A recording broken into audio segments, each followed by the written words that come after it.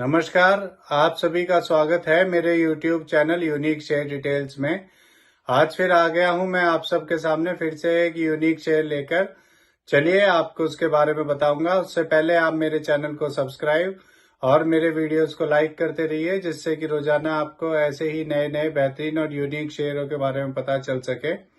तो आज जो मैं कंपनी आप सबके सामने लेकर आया हूँ, इस कंपनी का नाम है कोचीन शिपयार्ड लिमिटेड। और इस कंपनी में एक बड़ी खबर आई है। इस कंपनी को यूरोपियन क्लाइंट से 500 करोड़ का एक ऑर्डर मिला है। इस ऑर्डर में ये company hybrid service operation vessel बनाएगी और ये इस वेसल को 2026 तक बनाकर पूरा करेगी और फिर इसको सप्लाई करेगी यूरोपियन अपने क्लाइंट्स को। चलिए अब मैं आपको आगे बताता हूँ। इस कंपनी का अभी Q3 का रिजल्ट आया है और इसका रिजल्ट पॉजिटिव आया है। इसका रेवेन्यू ईयरली 664 करोड़ से बढ़कर 1114 करोड़ हो गया है और इसका रेवेन्यू क्वार्टरली 1100 करोड़ से बढ़कर 1114 करोड़ है। इसका नेट प्रॉफिट ईयरली 110 करोड़ से बढ़कर 244 करोड़ और क्वार्टरली 181 करोड़ से बढ़कर 244 करोड़ हो गया है। इसका पीबीटी भी ईयरली 140 करोड़ से बढ़कर 340 करोड़ और क्वार्टरली 251 करोड़ से बढ़कर 340 करोड़ हो गया है। चलिए आगे बताता हूं आपको। एक साल पहले इसका शेयर 236 रुपए का था और अब 905 का हो गया है।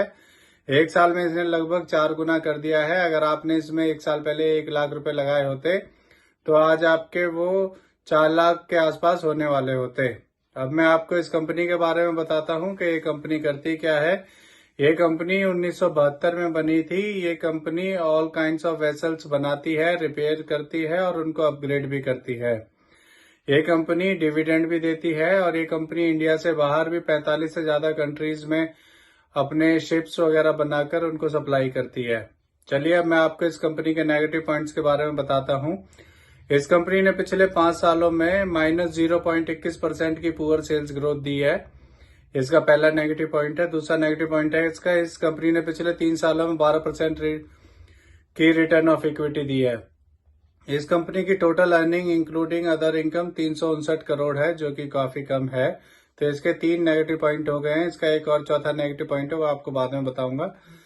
चलिए अभी आपको इसके फंडामेंटल्स के बारे में बताता हूं। इसका market cap 23,835 crore, P ratio 43.5, ROE 6.57% और डेब्ट टू इक्विटी 0.13 है। इसके एमडी सीईओ मिस्टर मधु नायर हैं और ये कंपनी 1972 में बनी थी। इसका जो चौथा नेगेटिव पॉइंट है वो भी आपको बताता हूँ। इसमें एफआईआईज ने अपना स्टेक कम किया है। पिछले साल दिसंबर 2022 में एफआईआईज का स्टेक इसमें 6.87% था और फिर हर क्वार्टर में कम होने के बाद दिसंबर 2023 में एफआईआईज का स्टेक इसमें 4.11% रह गया है। उन्होंने लगभग अपना 2.5% स्टेक इसके अंदर कम कर दिया है एफआईआईज ने। चलिए अब मैं आपको इसके शेयर होल्डिंग पैटर्न के बारे में बताता हूँ। इसमें प्रोमोटर्स का 72.86%, रिटेल का 20.87%, एफआईआईज का 4.11%, म्यूचुअल फंड्स का 1.87% और डीआईएस का 0.29% स्टेक है। तो इससे जुड़ी हुई ये नई खबर आई थी, इसीलिए आप सबके सामने मैं इस शेयर को लेकर आया हूँ।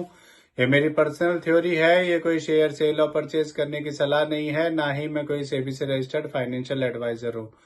आप मेरे चैनल को सब्सक्राइब और मेरे वीडियोस को लाइक करते रहिए, जिससे कि रोजाना आपको ऐसे ही नए नए बेहतरीन और यूनिक शेयरों के बारे में पता चल सके। अब मैं कल फिर आऊंगा आप सबके सामने फिर से एक नया यूनिक शेयर लेकर। धन्यवाद।